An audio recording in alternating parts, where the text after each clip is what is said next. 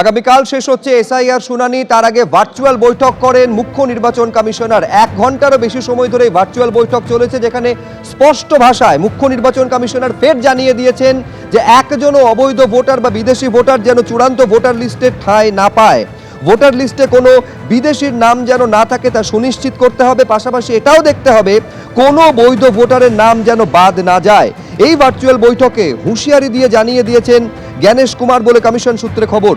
Video কনফারেন্সে রাজ্যের মুখ্য নির্বাচনী আধিকারিক মনোজ আগরওয়ালও ছিলেন। এছাড়াও জেলা নির্বাচনী আধিকারিক যারা জেলা শাসক তারাও উপস্থিত ছিলেন এই ভার্চুয়াল বৈঠকে। বৈঠকের আগে সিইও মনোজ আগরওয়াল কি বললেন একবার শুনুন। ইসিআই করছে, ফুল কমিশন করছে, ডিও সঙ্গে আমাদের সঙ্গে করছে ফুল কমিশন। এটা বিষয়বস্তু হবে এসআইআর নিয়ে, এসআইআর কি প্রোগ্রেস হয়েছে নিয়ে হয়েছে। আমাদের এখন ডেট আসছে 21 তারিখ মধ্যে সব ইআরও কে কাজ শেষ করতে হবে। 28 তারিখ মধ্যে রোল টানতে হবে, ওর আগে হেলথ চেকআপ করতে হবে, স্ক্রুটনি করতে হবে। এসব আমার নলেজ নেই। যদি ওরা হঠাৎ করে করতে চান তো ওরা মালিক আছেন যেটা করতে চান।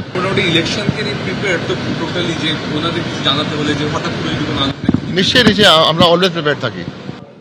অত্যন্ত গুরুত্বপূর্ণ আজকের এই ভার্চুয়াল বৈঠককে মনে করা হচ্ছে, তার কারণ আগামীকাল এসআইআর এর শুনানি শেষ হচ্ছে আর এরই মধ্যে একাধিক অসঙ্গতি ধরা পড়েছে। এই অবস্থায় স্পষ্ট নির্দেশ দিলেন মুখ্য নির্বাচন কমিশনার, একজনও অবৈধ ভোটার বা বিদেশি ভোটার যেন চূড়ান্ত ভোটার লিস্টে ঠাঁই না পায়। সুকান্ত মজুমদার তা নিয়ে কি বলছেন আজকের এই বৈঠক নিয়ে দেখুন।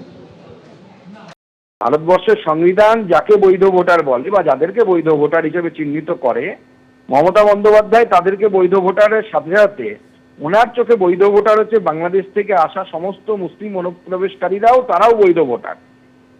ও ভারতবর্ষের সংবিধান তো সেটাকে সমর্থন করে না, তো নির্বাচন কমিশন তো সংবিধান অনুসারে কাজ করবে এবং নির্বাচন কমিশন সেই অনুসারে কাজ করছে। এবং নিশ্চয়ই আপনাদের কাছেও খবর এসেছে, বিভিন্ন মিডিয়ায় আমরা দেখতে পাচ্ছি পশ্চিমবঙ্গের চিফ সেক্রেটারিকেও ডেকে পাঠানো হয়েছে দিল্লিতে এবং তিনি সম্ভবত দিল্লি যাচ্ছেন। ভারতবর্ষের সংবিধানের ক্ষমতা কতটা নির্বাচনী বিধি লাগু হলে পরে পশ্চিমবঙ্গের অফিসাররা আরো ভালো করে বুঝতে পারবেন। স্পষ্ট ভাষায় মুখ্য নির্বাচন কমিশনার জানিয়ে দিয়েছেন কোনো অবৈধ ভোটার বা বিদেশি ভোটারের ঠাঁই যেন চূড়ান্ত ভোটার লিস্টে না থাকে। পাশাপাশি কোনো বৈধ ভোটার যেন চূড়ান্ত ভোটার লিস্ট থেকে বাদ না যায় সেটাও সুনিশ্চিত করতে হবে। যদিও কমিশনের সদিচ্ছা নিয়ে সংশয়ী তৃণমূল কংগ্রেস। কি বলছেন দেবাংশু ভট্টাচার্য দেখুন।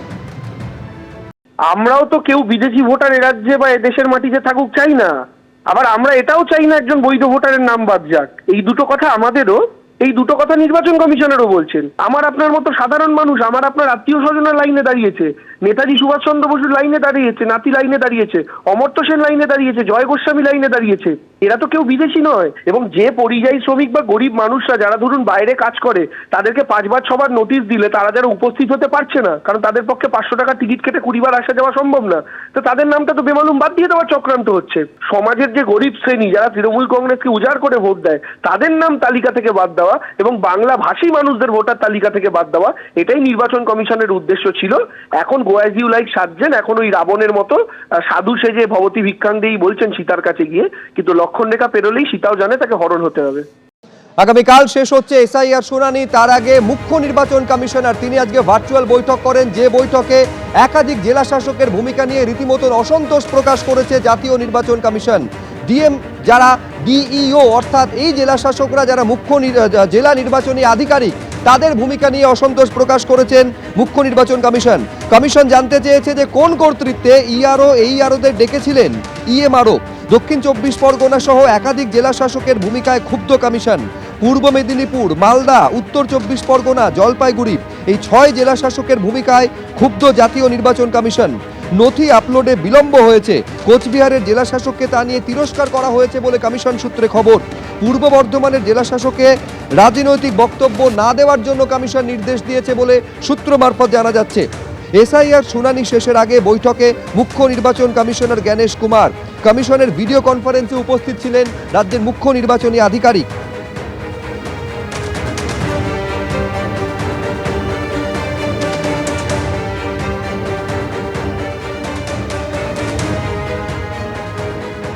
আর এরই মধ্যে রাজ্যের মুখ্য সচিব নন্দিনী চক্রবর্তীকে দিল্লিতে তলব করেছে জাতীয় নির্বাচন কমিশন। দুপুর 3টে নাগাদ তাকে হাজির হতে বলা হয়েছে। ঘড়ির কাঁটায় এখন 4টে পেরিয়ে গিয়েছে, অর্থাৎ নির্ধারিত সময়ের পর আরও 1 ঘন্টা পেরিয়ে গিয়েছে। আমি এই মুহূর্তের আপডেটটা জানবো সরাসরি। রুমা পাল আমাদের প্রতিনিধি রয়েছেন। রুমা, কি খবর রয়েছে? দেখো, জানিয়ে রাখি যে নির্বাচন কমিশন থেকে এখনো পর্যন্ত এই সংক্রান্ত কোনো কিছু জানানো হয়নি। অন্যদিকে এটাও ঠিক যে আজকে সকালবেলা মুখ্য সচিব তিনি দিল্লিতে গেছেন। 3টে নির্ধারিত সময় ছিল 3টে। আর কেন তাকে ডাকা হয়েছে সেই বিষয়ে আরো একবার বলে রাখি যে যেহেতু নির্বাচন কমিশনের তরফ থেকে একাধিক নির্দেশ আসছিল, কিন্তু রাজ্যের তরফ থেকে দেখা যাচ্ছিল সেটা কিন্তু মানা হচ্ছিল না বা অমান্য করা হচ্ছিল। যেমন প্রথম দিকেই জানিয়ে রাখি যে 2জন ইআরও এবং 2জন এইআরওর ক্ষেত্রে তাদের এফআইআর এর ক্ষেত্রে কিন্তু বারবার নির্বাচন কমিশন থেকে বলা হচ্ছিল, কিন্তু রাজ্যের তরফ থেকে এফআইআর এর বিষয়টা কিন্তু কোনোভাবেই কর্ণপাত করা হয়নি বা করা হয়নি। অন্যদিকে জানিয়ে রাখি আরো একটা বিষয়, বসিরহাট 2 এর ভিডিও যিনি ছিলেন, সেখানে দেখা গেছে যে তিনি সুপ্রিম কোর্টের নির্দেশ অমান্য করেই নিজের উদ্যোগে অতিরিক্ত আধিকারিক নিয়োগ করেছিলেন। সেটা কেন করেছিলেন সেটাও কিন্তু নিয়ম বহির্ভূত। সেই নিয়েও কিন্তু রাজ্যকে প্রশ্ন করা হয়েছিল। সেটা সেই সম্পর্ক কিন্তু রাজ্যের তরফ থেকে কোনো সদুত্তর মেলেনি। বা এই বসিরহাট 2 ভিডিওর ক্ষেত্রে যাতে কোনো স্টেপ বা পদক্ষেপ নেওয়ার ক্ষেত্রেও কিন্তু তাদের রাজ্যের তরফ থেকে কোনো তারা কিন্তু পদক্ষেপ নেয়নি। অন্যদিকে আরো গুরুতর অভিযোগ ছিল যে 3জন ইলেকটোরাল রোল অবজারভার তাদেরকে বদলি করা হয়েছিল এবং নির্বাচন কমিশন চেয়েছিলেন, স্পষ্টভাবে নির্দেশ ছিল যে এরা যেহেতু রোল অবজারভার কাজ করছেন তাদের বদলি যাতে না করা হয়। অন্যদিকে এটাও ঠিক যে এসডিও বা এসডিএম স্তরের আধিকারিকদের ইআরও এবং রিটার্নিং অফিসার হিসেবে সঠিকভাবে নিয়োগ করা হয়নি, যা সরাসরি কমিশনের নির্দেশের বিরোধী, এমনটাও কিন্তু বলেছিল। দেখা যাচ্ছে রাজ্য সরকার সেই উত্তরে কিন্তু নির্বাচন কমিশন সন্তুষ্ট ছিল না। সেই কারণে কিন্তু মুখ্য সচিবকে দিল্লিতে নির্বাচন কমিশনে তলব করা হয়েছে। রুমা, তোমায় ধন্যবাদ। এর আগে আপনারা জানেন যে এর আগে যিনি মুখ্য সচিব ছিলেন মনোজ পান, তাকে নির্বাচন কমিশনের ফুল বেঞ্চের সামনে হাজির হতে হয়েছিল। এবার নন্দিনী চক্রবর্তী, যিনি এই মুহূর্তে এই রাজ্যের মুখ্য সচিব, তাকে দিল্লিতে তলব করা হয়েছে। তৃণমূলের তা নিয়ে কি প্রতিক্রিয়া? তৃণমূল মুখপাত্র অরূপ চক্রবর্তী কি বলছেন, দেখবো একবার। কৃতদাস কমিশন, তাদের কোনো এখতিয়ারই নেই। যারা বলছেন নির্বাচনী বিধি লঙ্ঘন করা, তারা এইটুকুও জানেন না যে নির্বাচনী বিধি একমাত্র প্রযোজ্য হয় মডেল কোড অফ কন্ডাক্ট চালু হওয়ার পরে। নির্বাচন ঘোষণার আগে নির্বাচনী বিধি ভঙ্গ করার কোনো ঘটনাই হতে পারে না, কারণ নির্বাচনী বিধিটা আদর্শ আচরণ বিধি চালুই হয়। আসলে ওরা টার্গেট করেছিল 1,20,00,000 থেকে 1.5 কোটি মানুষের নাম বাদ দেবে। গায়ের জোরে বাদ দিতে গিয়ে যখন মুখ্যমন্ত্রী নিজে সুপ্রিম কোর্টে শুনানিতে অংশগ্রহণ করেছেন, ওই লজিক্যাল ডিসক্রিপেন্সির অসভ্যতাটা এক্সপোজ হয়ে গেছে। সুপ্রিম কোর্টের ধ্যাতানি খেয়ে মাইক্রো অবজারভারদের হাত গুটিয়ে সুসুর করে পালাতে হচ্ছে বাংলা থেকে। তখন এই ভোট চুরি করতে না পারার গায়ের ঝাল মেটানোর জন্য এই ধরনের অসভ্য বর্বর অর্ডার আবারও প্রমাণ করলো যে নির্বাচন কমিশন আসলে বিজেপির কৃতদাস কমিশন ছাড়া আর কিছুই নয়। মুখ্য সচিব নন্দিনী চক্রবর্তীকে দিল্লিতে তলব করা হয়েছে। জাতীয় নির্বাচন কমিশনের একাধিক নির্দেশ রাজ্য অমান্য করেছে বলে অভিযোগ সামনে রয়েছে। এছাড়াও নির্বাচনী আধিকারিক যারা এসআইআর এর কাজের সঙ্গে যুক্ত, তাদের ভূমিকা নিয়েও কমিশনের একগুচ্ছ প্রশ্ন রয়েছে। এই আবহে নন্দিনী চক্রবর্তীকে দিল্লিতে তলব। বিরোধীরা কি বলছেন তা নিয়ে দেখুন। পশ্চিমবঙ্গের এক শ্রেণীর আইএএস এবং আইপিএস অফিসারদের তাদের বারংবার কেন্দ্রীয় সরকারি নির্দেশিকা অমান্য করা অথবা নির্বাচন কমিশনের নির্দেশিকা অমান্য করা, এটা অভ্যেসে পরিণত হয়েছে। মুখ্যমন্ত্রীকে খুশি রাখতে গিয়ে তারা দেশের আইন, আদালত, সরকারি ব্যবস্থাকে উপেক্ষা করছে।